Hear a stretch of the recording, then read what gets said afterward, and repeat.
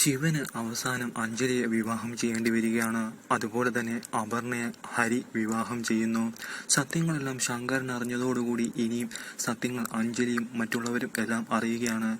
അവസാനം അപർണയും ഹരിയും തമ്മിലുള്ള വിവാഹം നടക്കുന്നു. അഞ്ജലിയുടെ വിവാഹം മുടങ്ങിപ്പോവുകയാണ്.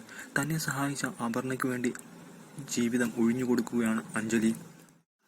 അഞ്ജലിയുടെ ജീവിതം താറുമാറായി പോകാതിരിക്കാൻ ബാലനും ശ്രീദേവിയും ശങ്കരനും എല്ലാവരും ചേർന്ന് കണ്ടെത്തുന്ന ഒരു തീരുമാനമാണ് അതേ വിവാഹവേദിയിൽ വെച്ച് തന്നെ അഞ്ജലിയുടെ വിവാഹം നടക്കുക എന്നുള്ളത്. പക്ഷേ വരൻ ശിവനായിരിക്കണമെന്നും ശിവനെ കൊണ്ട് അഞ്ജലിയെ കല്യാണം കഴിപ്പിക്കുക എന്നുള്ള ആ തീരുമാനത്തിൽ എല്ലാവരും ചേർന്നെത്തുകയാണ്. അവസാനം ആ തീരുമാനത്തിൽ അഞ്ജലിക്കും ശിവനും തമ്മിൽ സമ്മതം മൂളേണ്ടി വരികയാണ്.